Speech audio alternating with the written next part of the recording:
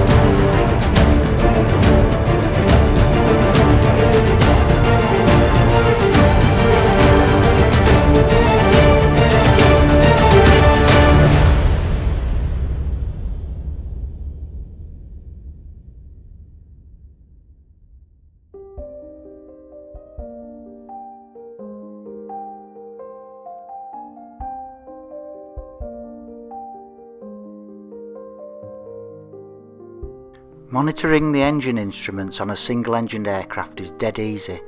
You've got your oil pressure, your oil temperature, your coolant temperature, your battery charging, and I'm not sure about the other one. I'll have to ask about that when I land.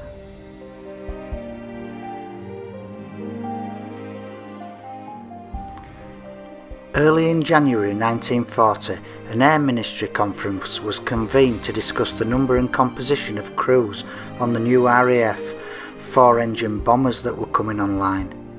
These were far more complex than any other in squadron use, and the best possible performance from the engines was required. A systems monitor was needed too for such things as petrol supply cocks, boost regulators and engine coolers. He had to be able to carry out temporary repairs that may be sustained during enemy action and also be trained as an air gunner. It was proposed that these duties be carried out by the new role of flight engineer.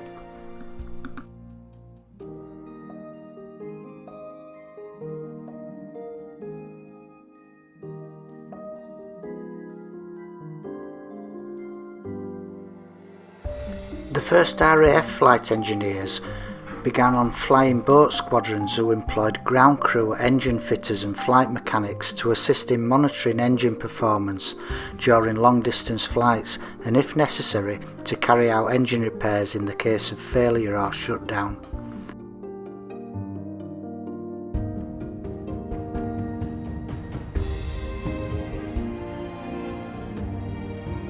With the formal establishment of the flight engineer as a separate aircrew category, it required a clear definition of both responsibilities and the training required to perform them.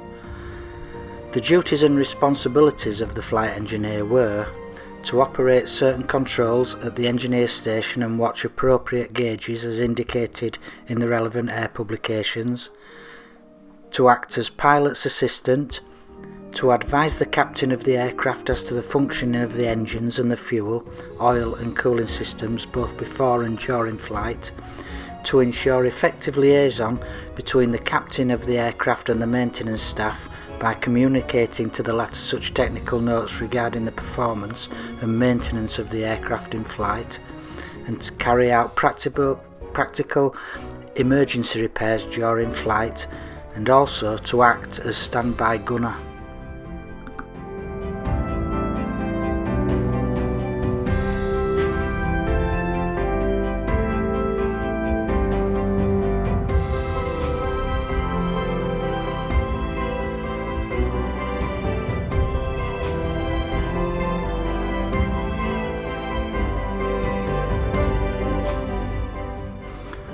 My father volunteered for the RAF in August 1942 at the age of 17 and a quarter. It was over 12 months later before he was told to report to the reception centre at Scarborough for 6 weeks initial training. From there, he was sent to Cranage in Cheshire for 12 months training as a flight engineer. Later he was moved to Church Lawford for flying training and night flying, and then to St Athens in Wales for workshop training. He completed his training at St Athens in early May 1945. Germany surrendered on the 7th of May 1945. Lucky for me, or what?